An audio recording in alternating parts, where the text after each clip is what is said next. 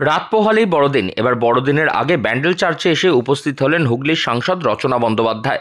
ব্যান্ডেল চার্চে এসে একদিকে যেমন পুরো ব্যান্ডেল চার্চ তিনি ঘুরে দেখলেন, ঠিক তেমনই ছোট ছোট বাচ্চাদের হাতে তুলে দিলেন কেকের বাক্স এবং জানিয়ে গেলেন নিজের ক্রিসমাস প্ল্যান সম্পর্কেও। মঙ্গলবার দুপুরে ব্যান্ডেল চার্চে আসেন হুগলির সাংসদ রচনা বন্দ্যোপাধ্যায়। সেখানে এসে বহু প্রাচীন পর্তুগিজ চার্চ তিনি ঘুরে দেখেন। গোটা চার্চের ইতিহাস সম্পর্কে তিনি অবগত হন চার্চের ফাদারের থেকে। আর বড়দিন মানে কেক খাওয়ার একটি বিষয় থেকেই যায়, তাই মন্দিরের প্রার্থনা শেষ করে মোমবাতি জ্বালানোর পরে ছোট ছোট বাচ্চাদের ক্রিসমাস ক্যারল শুনতে শুনতে কেক খেলেন সাংসদ রচনা বন্দ্যোপাধ্যায়। এবং আমি আজকে এখানকার সাংসদ, তো ন্যাচারালি ক্রিসমাস অসম্পূর্ণ যদি ব্যান্ডেল চার্চে না আসা হয়, সেই জন্যই এখানে আসা এবং সুন্দর একটি অ্যারেঞ্জমেন্ট করা হয়েছিল এবং ফাদারের সাথে দেখা হলো, ফাদারকে উইশ করলাম এবং এখানকার যারা বাচ্চারা রয়েছেন তাদের সবাইকে একটু ক্রিসমাস কেক দেওয়া হলো। সবাই মিলে একসাথে একটা ক্রিসমাস ক্যারল তারা গাইলো আমার সামনে। খুব সুন্দর একটা প্রেজেন্টেশন আয়োজন হয়েছিল, সেটা শুনলাম এবং সবাইকে কেক দিয়ে আমাদের আজকের এই দুপুরটা 24 ডিসেম্বরের দুপুরটা দারুণ সুন্দরভাবে কাটলো। আগামী দিন ক্রিসমাস, তো আমি সবাইকে উইশ করলাম মেরি ক্রিসমাস। আপনি কেক দিলেন? হ্যাঁ, সবাইকে কেক দিলাম, বাচ্চারা খুশি হলো, আমিও কেক খেয়ে খুশি হলাম। সাংসদ হওয়ার পর প্রথম ব্যান্ডেল চার্চে আসা। ইয়েস, এটা ভীষণ এক্সাইটিং লাগলো, ভীষণ ভালো লাগলো এবং আমার প্ল্যান ছিল যে আমি ক্রিসমাসের আগে ব্যান্ডেল চার্চে আসবো এবং এখানে ফাদারের কাছে আসবো এবং যীশু খ্রিস্টের থেকে আশীর্বাদ নেব। সবকিছু করতে পেরেছি ব্যান্ডেল চার্চে প্রথম। Yes, first time. কি চাইলেন সবাই আমরা যেন সুস্থ থাকি, ভালো থাকি, সবাইকে নিয়ে সবাই যেন ভালো থাকে। Merry Christmas to all of you. যারা যারা এই মুহূর্তে আমাকে দেখছেন শুনছেন তাদের সবাইকে মেরি ক্রিসমাসের অনেক অনেক শুভেচ্ছা, অভিনন্দন। এই 25 তারিখ আগে 25 তারিখ মানে তো আমরা কেকের একটা বিষয় থাকে, কেক ছাড়া তো ক্রিসমাস হবেই না। আপনি কি কোনো সময় কি কেক বানিয়েছেন?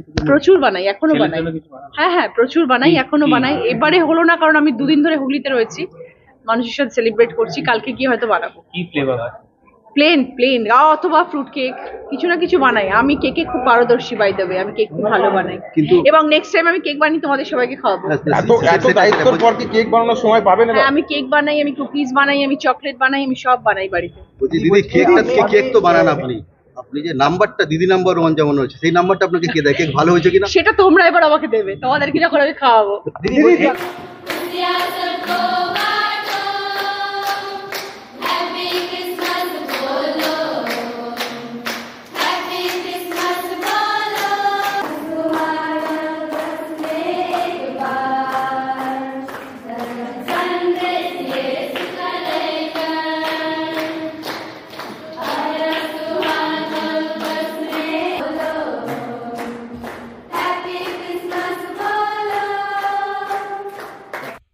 আগামীকালই বড়দিন, তবে বড়দিনে কি করবেন সাংসদ রচনা বন্দ্যোপাধ্যায় সেই বিষয়েও জানিয়ে গেছেন তিনি।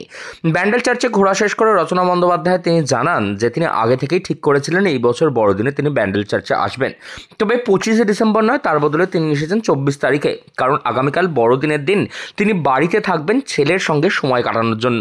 একই সঙ্গে বাড়িতে তিনি তৈরি করবেন বিভিন্ন রকমারি কেক। রচনা বলেন তিনি কেক খেতে ভীষণ ভালোবাসেন, শুধু কেক খেতে নয়, কেক বানানো, একই সঙ্গে কুকিজ ও বড়দিন স্পেশাল রান্নাবান্না করবেন তিনি বাড়িতে। তাই আগামীকাল তিনি সোজা চলে যাবেন ছেলের সঙ্গে দেখা করতে। তিনি ভগবান যিশুর কাছে প্রার্থনা করেছেন যাতে তার লোকসভার সকল মানুষ তারা সুস্থ এবং ভালো থাকে। ধর্মস্থান, যেখানে ঠাকুরের প্রেয়ার করা যায়, যেখানে মানুষের ওয়েলবিং এর জন্য আমরা প্রার্থনা করতে পারি, সেটা সব জায়গায় করতে পারি। ছোট্ট রাস্তার কর্নারে যদি কোনো মন্দির থাকে সেখানেও করতে পারি, চার্চেও আসতে পারি, সব জায়গায়। মিডনাইট প্রার্থনা সবথেকে পপুলার। আজকে কি আপনি সেখানে যোগ দেবেন? না, আজকে আমি ছেলের কাছে ফেরত যাবো। কালকে ক্রিসমাস, আজ দুদিন ধরে আমি এখানে আছি। আজকে রাত্রিটা ছেলের সাথে। Thank you.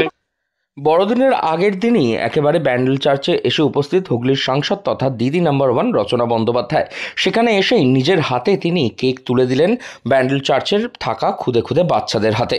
হুগলি থেকে রাহি হালদার, লোকাল 18 বাংলা।